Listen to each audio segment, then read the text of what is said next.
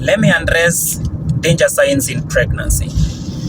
What I mean by danger signs in pregnancy, these are the situations that when you experience them in your pregnancy journey, you should go to the hospital immediately. Number one is either pervaginal bleeding or pervaginal spotting. Pervaginal bleeding or spotting should not be part of your pregnancy journey, because anytime you notice them, they can mean two things. It might indicate something that requires closer monitoring, or it can indicate something that requires immediate attention. Number one, some of the issues or some of the conditions that might make us to put you on closer monitoring when you have pervaginal bleeding. Number one, you might experience it when you have something that we call subchorionic hemorrhage. Subchorionic hemorrhage simply begins in the early stages of pregnancy, and actually it is harmless. It only requires some closer monitoring with a repeat and scans to make sure that it is cleared. Number two, you might experience this bleeding in cases where you have what we call a placenta previa. This placenta previa can continue. It can as well cause a bleeding, and placenta previa is actually one of the causes of antepartum hemorrhage. So when you have a placenta previa, you might have either spotting or you might have bleeding, and the management of this depends with how the patient presents, and it depends with the severity or the extent it has gone. You might also experience this bleeding in cases of miscarriages. So because we cannot not tell when you're bleeding because of either subchorionic hemorrhage, placenta previa, or maybe miscarriage, we always advise that anytime you notice either spotting or bleeding and you're pregnant, you must go to the hospital immediately. Number two, risky factor is facial puffiness or swelling of the face and the hands. This swelling can mean a bad thing. It can maybe mean your blood pressures are not okay, and you are having what we call a preeclampsia. And I think I had previously mentioned that preeclampsia, we have a preeclampsia and we have preeclampsia with severe features.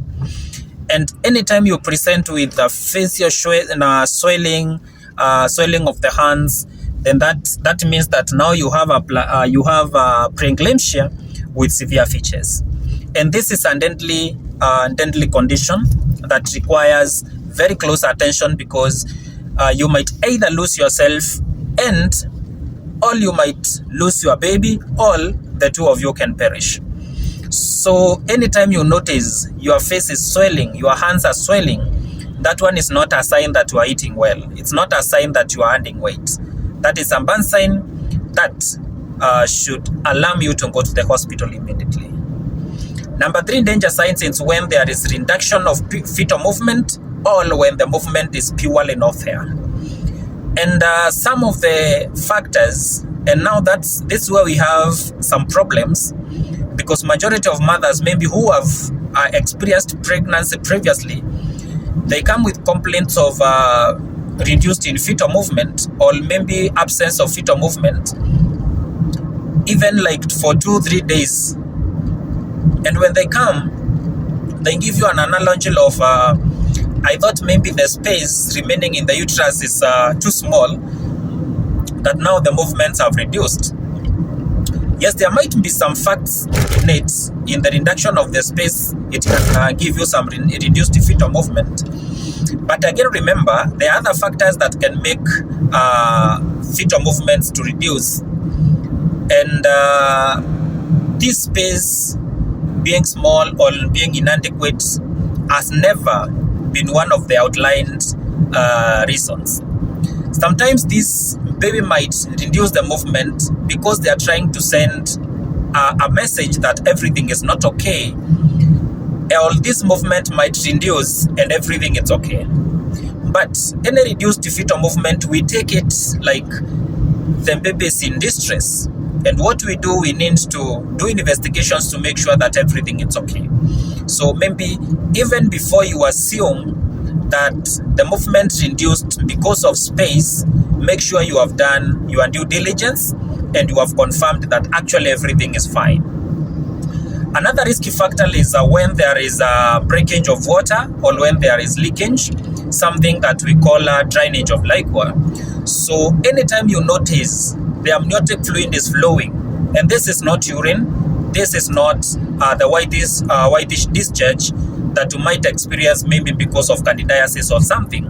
So anytime you notice that the water has broke and you're experiencing that flow of that amniotic fluid, then that one is also another sign that should take you to the hospital. This breakage of water might come in 3 possible colors. Number one, it might be clear, meaning that is the amniotic fluid which is flowing. Number two, it might contain some blood, meaning now the mucus plug that holds the pregnancy and all the pregnancy and everything is also shedding off.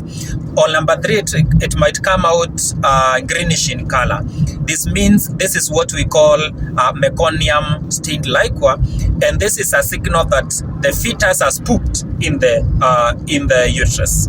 So that one is also another danger sign that anytime you experience your water has broke, kindly go to the hospital, because you stand chances of infections, you stand higher chances of maybe this amniotic fluid might fail to be adequate and will make your child to go into distress. So that is also another danger sign that we are supposed to keep an eye into. And another danger sign that it's also one that you might experience is when it comes to appearing pale when you have severe headaches. Severe headaches, palpitations, and appearing pale. What I mean by palpitation, it's when you yourself feels how your heart beats.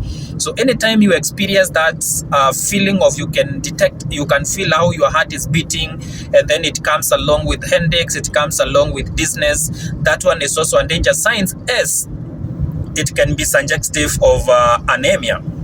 And of course, anemia will affect you as the mother, and anemia will as well affect the child. So anytime you experience any of the symptom, any of the sign that we have discussed, make sure you go to the hospital and get checked. So make sure you are taking care of your pregnancy, because it is you who will alarm there is a problem even before the doctor notices it.